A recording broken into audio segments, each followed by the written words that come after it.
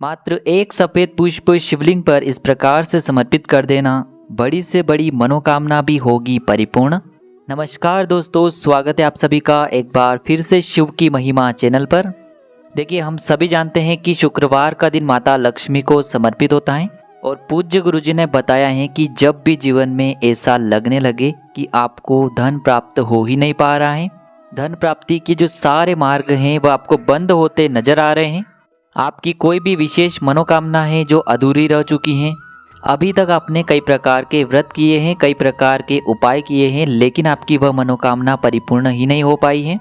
आपने सभी प्रकार के प्रयास कर लिए हैं, आपकी मनोकामना चाहे व्यापार को लेकर हो, नौकरी को लेकर हो, धन प्राप्ति को लेकर हो या फिर विवाह से संबंधित हो, किसी भी प्रकार की यदि आपकी मनोकामना है और वह मनोकामना परिपूर्ण ही नहीं हो पा रही है, तो पूज्य गुरुजी ने बताया है कि आपको एक सफ़ेद पुष्प से शुक्रवार के दिन यह चमत्कारी उपाय अवश्य ही करना चाहिए।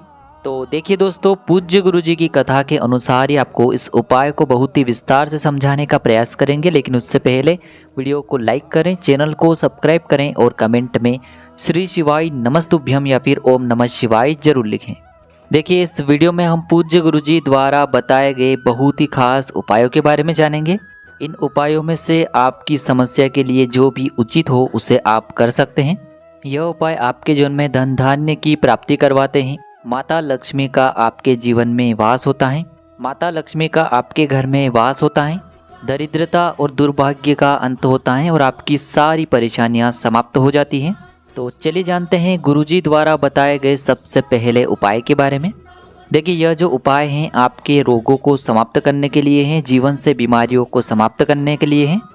देखिए, इस उपाय के लिए आपको मात्र 1 लोटा शुद्ध जल ले लेना है तांबे के पात्र के अंदर अपने घर से, और इसी के साथ में आपको एक कमल गट्टा लेना होगा।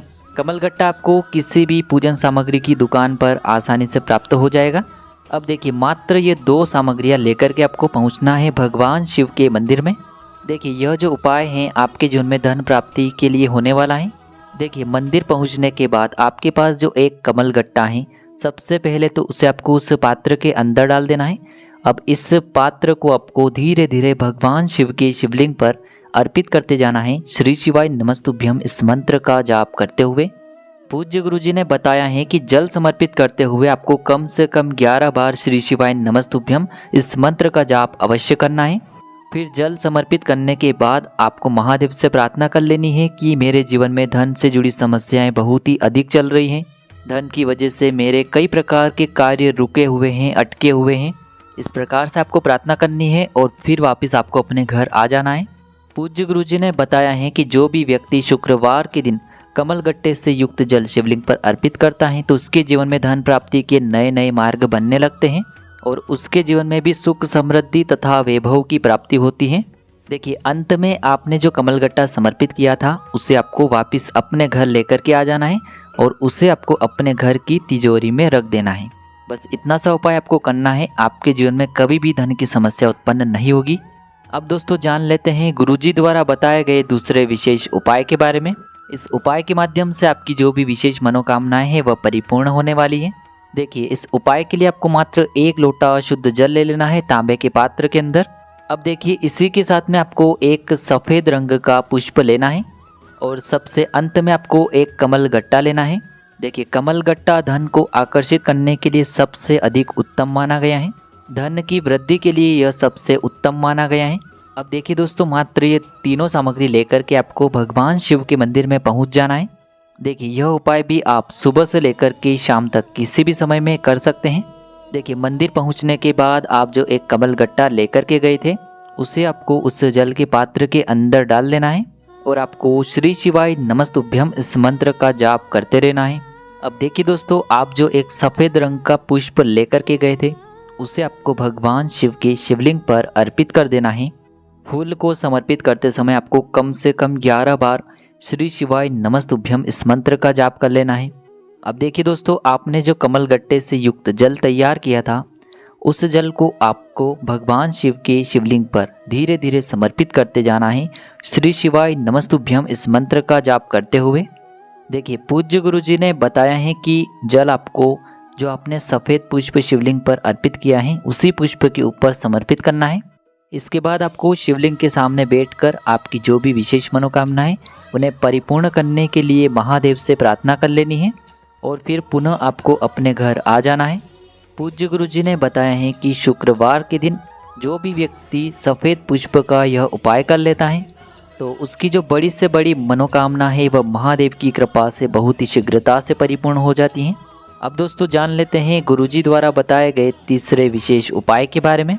देखिए यह जो उपाय है पूज्य गुरुजी ने अपनी कई कथाओं में बताया हुआ है और उन्होंने पत्रों के माध्यम से कहा है कि जब लोग कई उपाय कर करके कई व्रत करके थक चुके हैं लेकिन उनकी मनोकामना परिपूर्ण नहीं हो पा रही है तो गुरुजी ने पत्र के माध्यम से बताया कि इस उपाय को करने के बाद उनकी बड़ी से बड़ी मनोकामना भी परिपूर्ण हो जाएगी। देखिए इस उपाय के लिए आपको मात्र 1 लोटा शुद्ध जल ले लेना है तांबे के पात्र के अंदर अपने घर से। फिर इसी के साथ में आपको ले लेना है 1 चम्मच या फिर आधा चम्मच चीनी या फिर मिश्री। देखिए यदि आपके पास थोड़ी सी शुद्ध चीनी है तो आप चीनी ले सकते हैं या फिर आप थोड़ी सी मिश्री भी ले सकते हैं। फिर सबसे अंत में आपको एक प्यारी सी बेलपत्र लेनी होगी। देखिए बेलपत्र यदि आपके पास उपलब्ध नहीं है तो आप भगवान शिव के मंदिर में शिवलिंग पर जो बेलपत्र चढ़ी हुई होती हैं उसे पुनः शुद्ध जल से धो करके उसका उपयोग भी कर सकते हैं। बस आपको ध्यान रखना है कि बेलपत्र जो है वह कहीं से भी कटी फटी खंडित नहीं होनी चाहिए। अब देखिए ये सभी सामग्रियाँ लेकर के आपको पहुँच जाना है भगवान शिव के मंदिर में। पूज्य गुरुजी ने बताया है कि इस उपाय को आप सुबह से लेकर के शाम तक किसी भी समय में कर सकते हैं। देखिए मंदिर पहुंचने के बाद आप जो चीनी लेकर के गए थे उसे आपको उसी पात्र के अंदर मिला देना है। आप चीनी लेकर के गए हैं तो उसे मिला लेना है और यदि आप मिश्री लेकर के गए हैं तो उसे आपको उस पात्र के अंदर मिला लेना है। फिर देखिए आप जो अंत में एक बेलपत्र लेकर के गए थे उसे भी आपको उसी पात्र के अंदर मिला देना है। अब देखिए आपका यह 1 लोटे जल का मिश्रण तैयार हो चुका है। अब इस जल के मिश्रण को आपको धीरे धीरे शिवलिंग पर अर्पित करते जाना है और आपको लगातार रामेश्वर महादेव का मन में स्मरण करते रहना है। देखिए यह उपाय इसीलिए खास है क्योंकि इस उपाय में हमें रामेश्वर महादेव का स्मरण करना है क्योंकि इसी नाम का स्मरण करने के बाद हमारी जो अधूरी मनोकामनाएं हैं वह परिपूर्ण हो जाती हैं। पूज्य गुरुजी ने अपनी कथा के दौरान बताया है कि जिस प्रकार से हम उपाय बताएं उसी प्रकार से आपको यह उपाय करने चाहिए। जिस नाम का स्मरण करने को कहें उसी नाम का आपको स्मरण करना चाहिए। शिवलिंग पर जिस जगह बेलपत्र अर्पित करने को कहा जाए उसी जगह आपको बेलपत्र अर्पित करना चाहिए। तो देखिए आपको यह 1 लोटा जल धीरे धीरे अर्पित करते जाना है और आपको रामेश्वर महादेव का मन में स्मरण करते रहना है। बस आपको ध्यान रखना है कि इस लोटे के अंदर जो आपने बेलपत्र डाली थी वह आपको शिवलिंग पर अर्पित नहीं करनी है।